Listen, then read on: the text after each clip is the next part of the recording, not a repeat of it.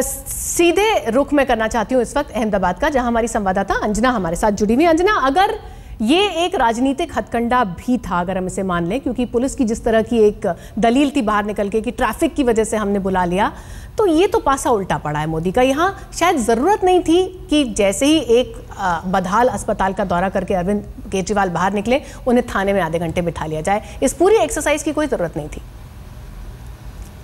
बिल्कुल सही कहा है आपने रितुल, आपने हीरो बना दिया। एक तरह से आपने हीरो बनने का मौका दिया अरविंद केजरीवाल को अपने गुजरात में। ये गलती की है नरेंद्र मोदी ने, अगर टैक्टफुली देखा जाए और माना जाए कि वाकई बात वहां तक है। क्योंकि मैं बीते दिन से ही अहमदाबाद में हूं रितुल, और यहां पर जब बीते दिन मेरी बीजेपी के कुछ नेताओं से बात हो रही थी, उनका ये कहना था कि जा कहां रहा है, आप ही बताइए।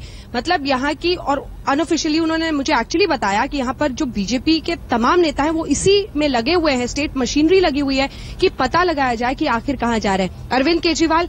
इसी तरह के गेम के माहिर माने जाते हैं कि चुप कर कहां पर अचानक धरना करना है, चुप कर कहां अचानक पहुंचना है। इस डर से धड़कन बढ़ी हुई थी गुजरात सरकार की। उधर अरविंद केजरीवाल है, उन्हें पता है कि कैसे स्ट्राइक करना है। हालांकि ये जो बात कही जा रही है, हम आपको बताएं, एयरपोर्ट पे भी मैं मौजूद थी और यशवाड़ा जहां पर पहली सभा उन्होंने की, वहां तक मैं भी गई थी उनके पीछे पीछे, लगभग 100-125 किलोमीटर। एक ओपन जिप्सी में बाकायदा बैनर्स लगे हुए थे आम आदमी पार्टी के, झाड़ू, वो जो इलेक्शन सिंबल है वो भी लगा था। लेकिन सभा करने के पहले ही वो गाड़ी लौटा दी गई। उसके बाद जो गाड़ियों का पूरा कॉन्वॉय था, उसमें एक भी ऐसी गाड़ी नहीं थी।